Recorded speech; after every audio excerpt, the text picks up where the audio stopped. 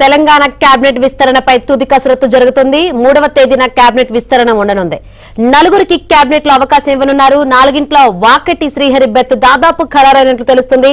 అయితే తమకు ఇచ్చిన మాట నిలబెట్టుకోవాలని రాజగోపాల్ రెడ్డి, వివేక్ వెంకటస్వామి కోరుతున్నారు. అటు తెరపైకి ఒక ఫ్యామిలీకి ఒకే మంత్రి పదవి అనేది అంశం వచ్చింది.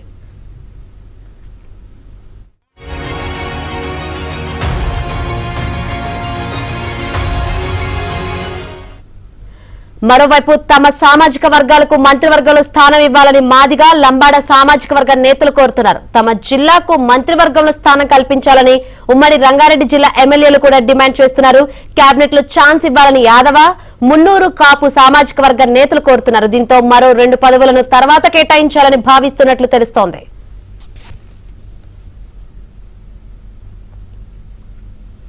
రైట్, ఇదే అంశం సంబంధించి మరిన్ని వివరాలు అందించేందుకు మా ప్రతినిధి సిద్ధార్థ లైవ్ ద్వారా సిద్ధంగా ఉన్నారు.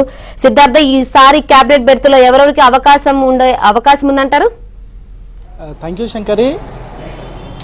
వచ్చే నెల 3వ తారీఖున కేబినెట్ విస్తరణ ఉండే అవకాశం ఉంది.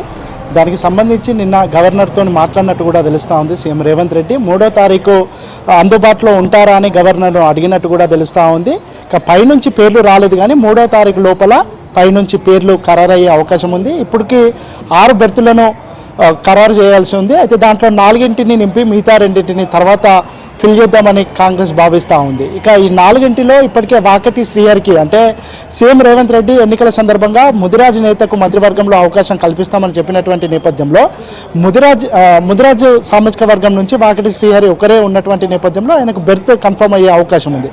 ఇక మిగతా 3ంటిలో ఎవరికి ఇస్తారనే అంశానికి సంబంధించి ఒక సస్పెన్స్ అయితే కొనసాగుతూ ఉంది. గతంలో ఎన్నికల సందర్భంగా తాము కాంగ్రెస్ పార్టీలోకి వచ్చి పార్టీ అధికారంలోకి వస్తే వాళ్లకు మంత్రి పదవులు ఇస్తామని ఇటు వివేక్ వెంకటస్వామికి, రాజగోపాల్ రెడ్డికి కాంగ్రెస్ పెద్దలు అష్యూరెన్స్ చేశారు. ఈ నేపథ్యంలోనే వాళ్ళు తమకు ఇచ్చినటువంటి వాగ్దానాన్ని అమలు చేయాలని వాళ్ళు డిమాండ్ చేస్తూ ఉన్నారు. దాంతోపాటు ఉమ్మడి రంగారెడ్డి జిల్లాకు ఇప్పటివరకు మంత్రి పదవిలో అవకాశం ఇవ్వలేదు. విస్తరణలోనైనా వాళ్ళకు అవకాశం ఇవ్వాలని వాళ్ళు కోరుతూ ఉన్నారు. ఉమ్మడి రంగారెడ్డి జిల్లాకు సంబంధించినటువంటి ఎమ్మెల్యేలందరూ కాసేపటి క్రితమే ఢిల్లీకి బయలుదేరి వెళ్లారు. అక్కడ మల్లికార్జున ఖర్గేని, రాహుల్ గాంధీని, సోనియా గాంధీని కలిసి ఒక వినతి పత్రం ఇవ్వనున్నారు.